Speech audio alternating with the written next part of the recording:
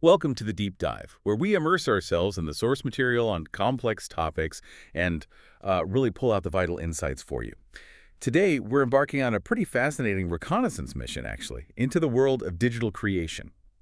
And our guide is one of its most influential architects, Tim Sweeney, the founder and CEO of Epic Games. Yeah, and our deep dive today, it's mostly sourced from a really extensive conversation with Sweeney.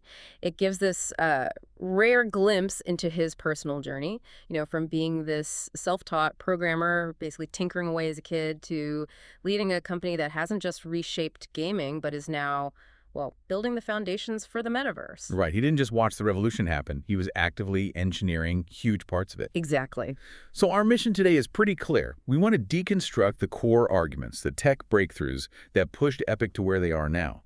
Understand the principles behind their innovations, and importantly, look at the implications for how we create, interact, define reality even in these digital spaces. It's a big topic. It is. So let's unpack this, explore the thinking behind these pervasive digital worlds. Okay, so theme one, the genesis of innovation. Let's start right at the beginning. This programmer, no formal guidance, laying the groundwork for, well, a tech empire. What can we really learn from Sweeney's early days? What set this stage for Epic? Well, what's really striking when you analyze his path is just how deeply self-driven his learning was. Right from the start, he talks about falling in love with computers, with programming, super young, and dedicating, get this, like 10,000 to 15,000 hours just writing code on his own as a kid. Wow, 10 to 15,000 hours. Yeah, between maybe age 10 and 20. And this wasn't, following some course book. It was pure curiosity. He started with BASIC, sure, but then, and this is the kicker, he actually built his own Pascal-like programming language and compiler. He built his own compiler. Why? Simply because he didn't know where to buy one. Right. So that period, that intense, unguided experimentation, it just shows the value of hands-on learning, relentless problem-solving, persistence.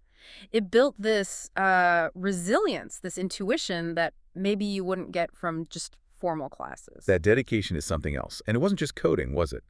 His learning pulled from other areas, too. Yeah. How did that broader knowledge play in? Yeah, absolutely. And that's a key lesson you can distill here. Diverse knowledge, even stuff that seems totally unrelated, can suddenly become incredibly valuable. So in college, he studied mechanical engineering. A mechanical engineer. Yeah, learning calculus, vector math, matrices, physics, stress, strain, stuff for physical things.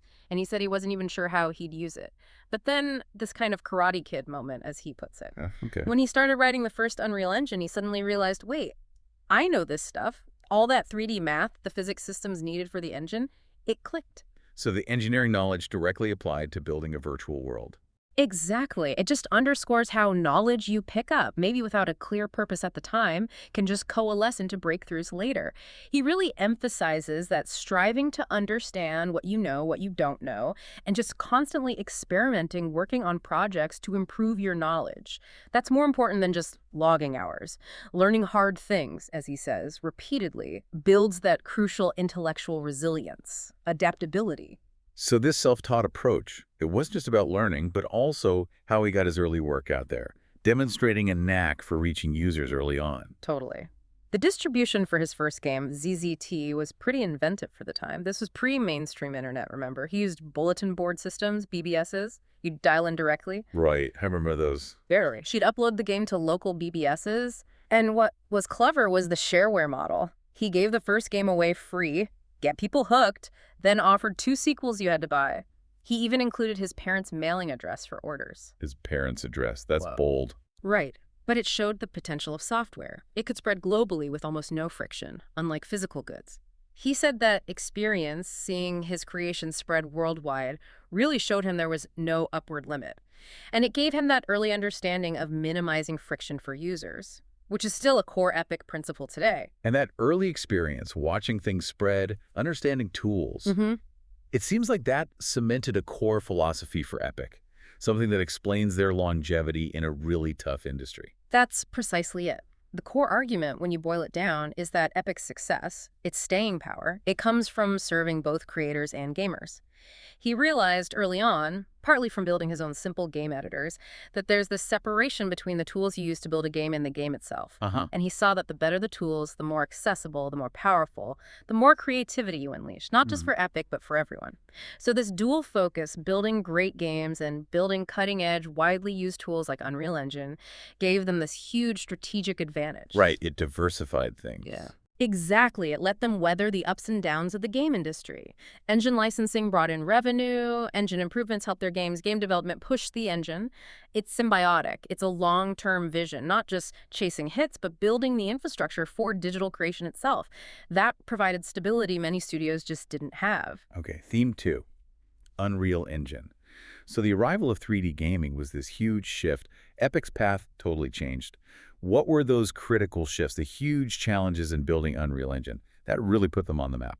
Well, the analysis shows that id Software's games, Wolfenstein 3D, but especially Doom, were absolutely pivotal. Seeing those immersive 3D worlds running smoothly, 30 frames per second, it basically forced Epic to pivot hard from 2D to 3D. A massive leap. Oh, monumental. Developing Unreal Engine 1 was just grueling. He talks about 3.5 years of 70 or 80-hour weeks for most of the team. Wow, that's intense. Relentless dedication, pushing what was technically possible back then, and financially, they were continually worried. But the engine licensing became this critical lifeline. Other developers like Microprose, GT Interactive, they saw the potential and paid to use the engine. So licensing funded the development. In large part, yeah. That external funding was strategically vital, and the process itself was highly iterative. Daily builds, constant feedback from artists using the tools. They were constantly discovering new techniques, adapting to new hardware, improving it rapidly.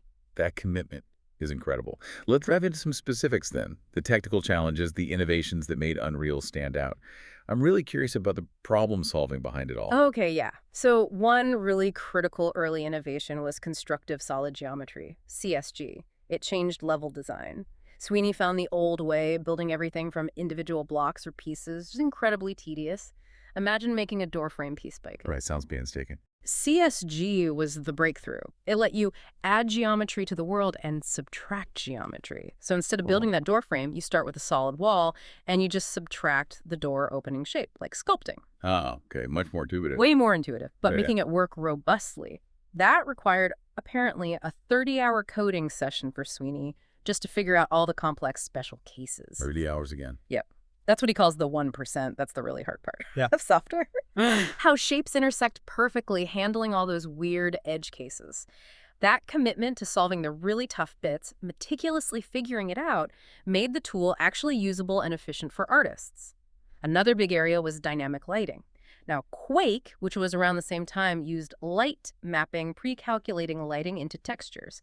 Efficient, but static. Uh-huh. Unreal pioneered dynamic, colored lights with real-time shadows, calculating that per pixel back then, hugely intensive. So the solution wasn't brute force. It needed clever tricks, approximations that still looked good, gave artists immediate feedback. So it was a blend of engineering and art. Absolutely. He compares it to Renaissance painters figuring out their new paints. It was this constant push, blending technical ingenuity with artistic vision, giving artists the power to basically paint with light in real time. And even things that seem smaller, like fog. Yeah, volumetric fog. Seems minor, but required immense effort. Sweeney saw this cool atmospheric effect in another game and just decided, I have to figure this out myself. Cue another legendary 30-hour coding session to implement real-time volumetric fog. You really like those marathon coding sessions. Apparently so. The challenge was calculating fog density basically every square meter in the world. Computationally massive for the time, almost like calculating a light map just for fog. It just shows that deep technical commitment needed for real visual immersion, turning math into atmosphere, mood, depth. These early innovations, born from that intense effort, they really laid the foundation for the modern Unreal Engine, especially UE5 now, which is described as this massive leap forward. How do the new technologies build on that? Yeah, Unreal Engine 5, UE5, he calls it their biggest single level of leap, a culmination of decades of work. So first you've got Nanite. It's a virtualized micropolygon geometry system. Sounds complex, right? Yeah, a little bit. Think of it like this. Traditional 3D objects are made of triangles. Lots of detail means millions of tiny triangles. But if the object's far away, most triangles are too small to see, wasting power. Nanite is smarter. It allows for infinite detail, basically down to the pixel. Instead of drawing millions of tiny, useless triangles, it figures out exactly what detail is needed for each pixel on screen. So it only renders what you can actually see. Precisely. It renders geometry at pixel resolution. Unprecedented detail without the old performance cost. Artists don't need to worry about polygon budgets anymore. It's huge. Then there's Lumen. That's dynamic global illumination. It mimics how light bounces around in the real world, so you get seamless lighting across huge scales, big building shadows down to tiny details on dirt. It creates incredibly natural, unified lighting. It often uses screen space lighting for performance, basically figuring out light bounces based only on what's visible on screen right now. Makes it efficient. Okay, so Nanite for geometry, Lumen for light. What else? Material layering. This lets artists stack complex materials. Yeah. Like concrete as a base, then layers of dirt, maybe some snow, puddles on top, reflections, even how light goes through stuff like skin. Subsurface scattering. Exactly. That's crucial for realism and makes surfaces look incredibly nuanced. Now, setting this up still needs awesome artistry, skilled people, but Epic's goal is to make it easier and more seamless and automatic over time, more accessible. Which brings us to maybe the toughest challenge. Humans. Recreating people realistically. Faces, expressions, movement. It's incredibly complex. How does Unreal Engine tackle that? Yeah, realistic humans. Sweeney calls it the Holy Grail. It's not just getting the face shape right. It's the nuanced detail, how all the muscles and sinews and fat work together for expressions. Think about a real smile versus a fake one. Tiny differences. Capturing that, plus the entire range of motion of the body. It's monumental. Hair, too, rendering every single strand. Too slow, so you need clever physics approximations. And the uncanny valley is always lurking. Always. It demands vastly higher perfection. Any tiny flaw, your eye catches it, immersion breaks. That's subsurface scattering we mentioned. Crucial for skin. It's the difference between looking like a mannequin and looking human. Tools like MetaHuman Animator are cutting edge here. They let you capture facial animation from, say, an iPhone and map it onto a digital character, which is sophisticated because the actor's face shape is different from the character's. The system has to adapt the data intelligently. And it's still a work in progress. Oh, yeah. Sweeney says it's like 30 years into a project that's probably like 50 years in total to get to absolute photorealism. It's a long, long road. So looking back over these 3 decades, the engine's constantly evolving with hardware. But are there core systems, maybe the less glamorous ones, that are showing their age or pose ongoing challenges? Definitely. The analysis shows this constant cycle, right? Rethinking and replacing most of the rendering code with each new engine generation. You have to keep up with hardware. Like DirectX 9 GPUs were maybe 100 times faster than early Pentiums for pixel shading. You can't just patch the old code. You need to rewrite to leverage that power. A constant arms race. Pretty much. But some core systems, like the networking model, he admits it's still an evolution of the thing I wrote way back when, and it's feeling kind of dated. That can lead to lostful data updates, little glitches you might see in Fortnite, like a spectator not seeing the exact weapon animation sometimes. Not game-breaking, but affects fidelity. But the biggest, most persistent limitation that's built up, the single-threaded nature of game simulation. Ah, okay. Explain that. Well, programming for one CPU core, one thread, is way, way easier than for multiple cores. But modern CPUs have lots of cores, 8, 16 more. Currently, Unreal Engine mostly uses just one core for the main game logic simulation, even if you have 16 cores. So the other cores aren't fully utilized for the main game logic. Right. It severely limits the complexity, the scale of the worlds you can simulate. It's a huge bottleneck, and that's a major challenge. Epic is tackling head-on for Unreal Engine 6. Moving to a multi-threaded simulation model. It's a massive undertaking, but crucial for the future. Okay, theme 3, the horizon of immersion. Beyond the engine tech, Epic is heavily invested in the future of digital worlds, the metaverse. This gets into some deep implications, ethical questions. It really does. The discussion touches on some profound philosophical points about simulated reality. Sweeney raises this critical question. If digital worlds get so compelling that people want to stay in them, well, that forces some hard thinking about how humanity should operate, right? What boundaries do we need? Yeah, that's a heavy thought. And even more critically, simulating ultra-realistic humans eventually leads to the potential for creating digital beings that can suffer, fall in love, fear death. The analysis suggests there should be clear legal bounds here. A strong stance against creating simulations of suffering humans. Sweeney's view is firm. Game developers should aim to make people's lives better by entertaining them, providing a fun source of entertainment, not creating an alternate to reality that could cause real psychological harm or cross ethical lines. So entertainment and fun, not replacing reality or simulating suffering. That's the core philosophy presented. Keep it as a positive diversion. Now, Fortnite. It's more than just a game. It's become this huge test bed, an early version of the metaverse vision. What insights does its evolution offer? Fortnite's story is amazing, really. A gastroclass in adaptation. It didn't start as the Battle Royale giant. It began as a light MMO with RPG stuff, then shifted into a tower defense game, Save the World. That launched in early 2017, did okay. Right, I remember Save the World. But then, the Battle Royale genre exploded, and Epic pivoted fast. Developed and released their Battle Royale mode in just months, and boom, massive, unexpected success. But the technical challenge of scaling was just immense, unprecedented. They went from supporting maybe 40,000 concurrent users to 15 million very quickly. 15 million at once. How do they manage that? It took a year of intense work from their online back-end team, complete re-architecture. Partners like Amazon were literally drop-shipping millions in server hardware to places like Brazil just to keep up with demand surges. Just incredible logistics. Totally. And the analysis shows Fortnite now makes billions of dollars a year, a huge chunk of Epic's revenue. That profitability is critical. It lets them invest heavily in the long-term future, not just more games, but becoming this future technology powerhouse in 3D simulations, funding that whole metaverse ambition. Strategic investment fueled by success. Makes sense. But despite Fortnite's success, Sweeney sees a fundamental flaw in gaming right now, something the metaverse aims to fix. Interoperability, right? Yeah, he's pretty blunt. Says the present state of gaming basically sucks because of silos. Think about it as a player. Separate apps, separate friend lists, different accounts, and your items, outfits, weapons in Fortnite, they don't carry over to Roblox or Call of Duty. Right. Nothing connects. It's frustrating. Exactly. It fragments the experience, limits creativity. You're constantly relearning, reconnecting, rebuying stuff across these walled gardens. So the analysis shows the strong need for standardization and interoperability in the metaverse. He talks about portable outfits, a shared item economy, seamless travel between experiences. Your identity, your stuff persists. How do we achieve that? Does it need blockchain?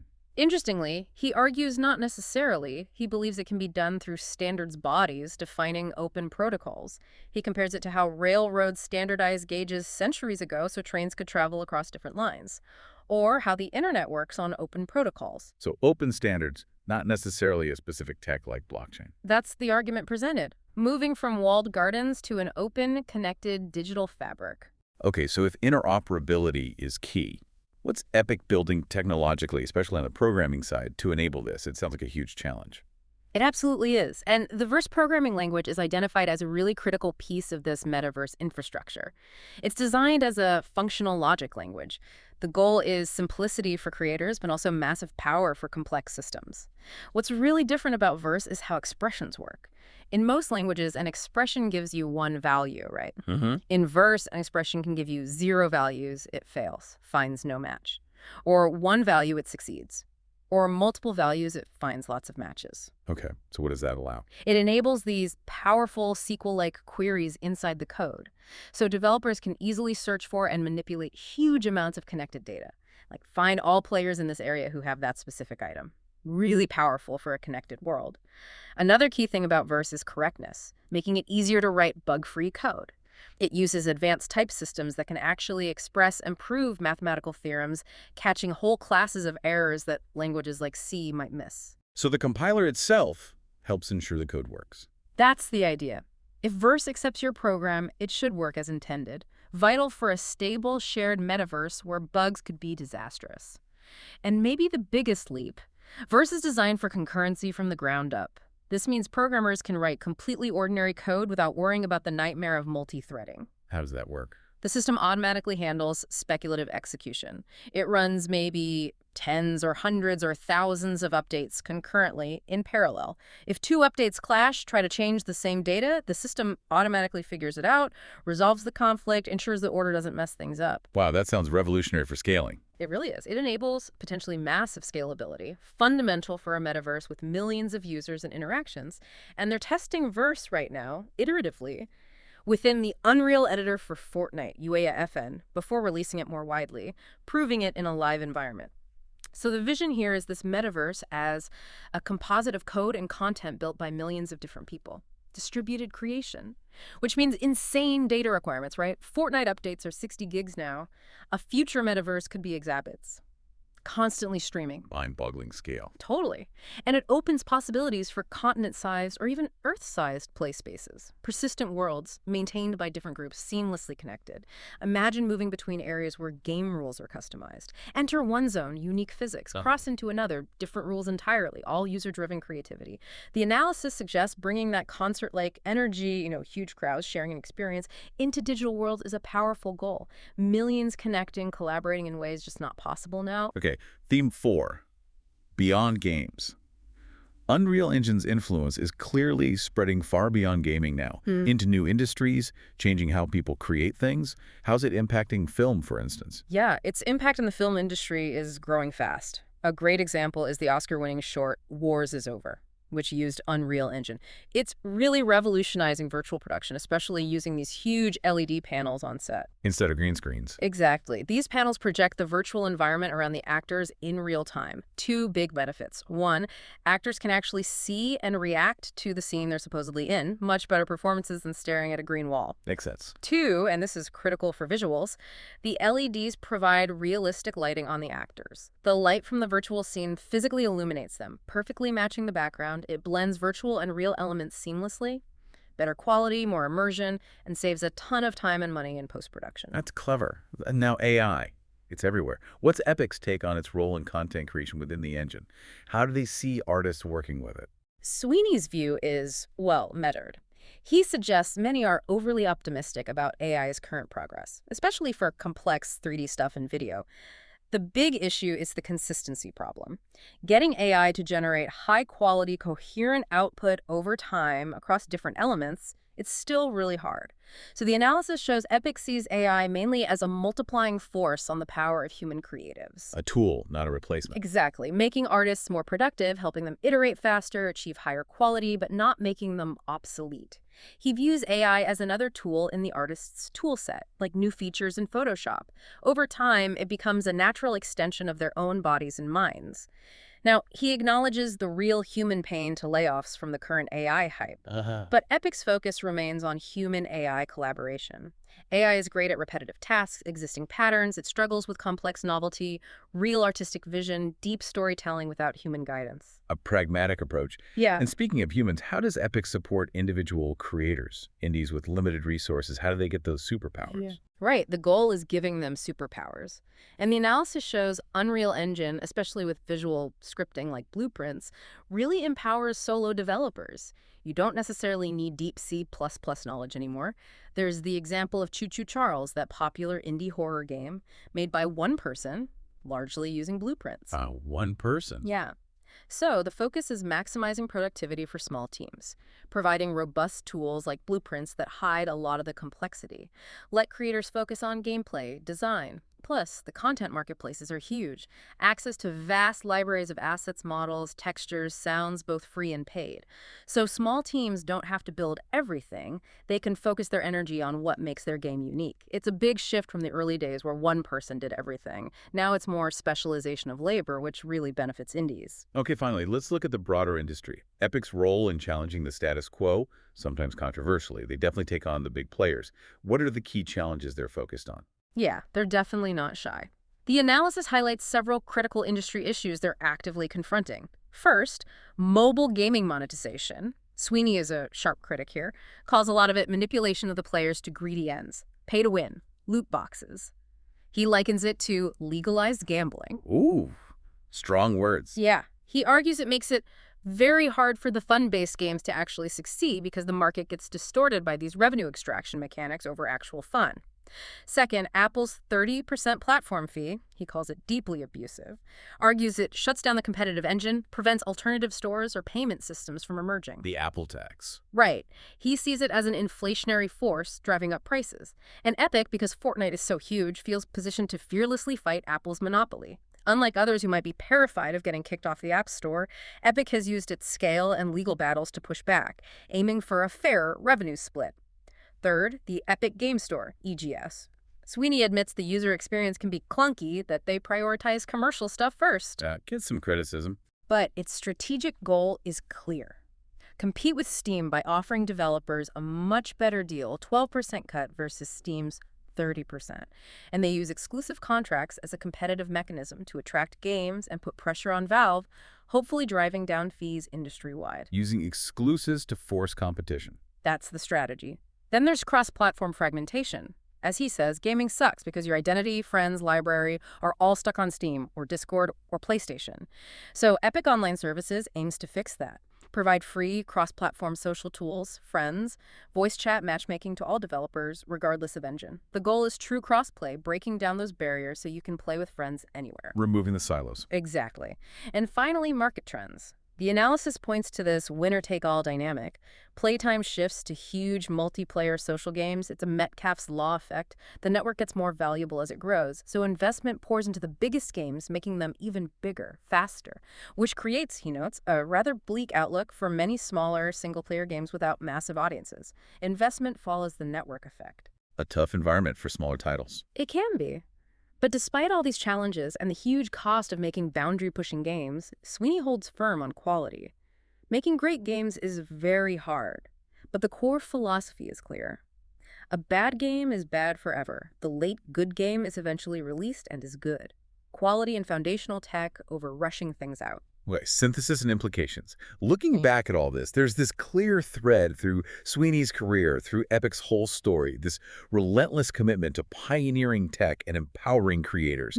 From teaching himself code to this grand vision for the metaverse, it's just constantly pushing boundaries. Yeah, and what's fascinating is that cyclical nature, that deep curiosity, the rigorous problem-solving from his youth, building tools. It directly led to Epic's strategy, serve players and creators. That foundation let them adapt, thrive, even shape the market. The evolution of Unreal Engine from dynamic lighting way back when to Nanite and Lumen, now it's just this relentless drive for technical excellence. And the analysis shows that push for realism, for immersion, it's not just entertainment, is it? It's about building foundational tech that blurs virtual and real, affecting film, architecture, maybe even our daily interactions eventually. Right. And that blurring, as Sweeney himself points out, brings up those critical ethical questions. When digital worlds get that compelling, when digital humans get that real, could they simulate suffering, deep emotion? It forces us to think about the purpose, the boundaries. The challenge is balancing that incredible technical potential with the responsibility to make sure these spaces enhance human connection, enhance experience, not just offer an escape or create new problems. A balancing act for creators and consumers alike. Definitely. Ultimately, this journey through Epic's story just highlights how engineering breakthroughs and artistic vision working together can keep redefining what's possible, creating entirely new forms of expression, connection, new realities, really. Okay, conclusion. Key takeaways. Let's recap the essentials from this deep dive. First, the huge value of self-driven continuous learning, and how diverse knowledge can unlock unexpected doors. Second, that the pursuit of technical excellence in real-time rendering is just this unending quest. Constant reinvention is needed to keep up with hardware, always pushing for more visual fidelity, smarter solutions. And finally, that powerful strategic insight. The future, especially the metaverse, depends on openness, interoperability, and empowering a huge ecosystem of creators with advanced, accessible tools, not walled gardens. Right. Building a shared digital fabric, which leaves us with an important question for you, our listener, to think about. As these digital worlds get more immersive, as that line between virtual and real keeps blurring, what responsibilities do we all bear, creators, consumers, to make sure these spaces genuinely enhance human connection and experience? Rather than just being an escape, we're introducing complex new challenges we haven't fully anticipated. It's a future we are all, in a way, building together.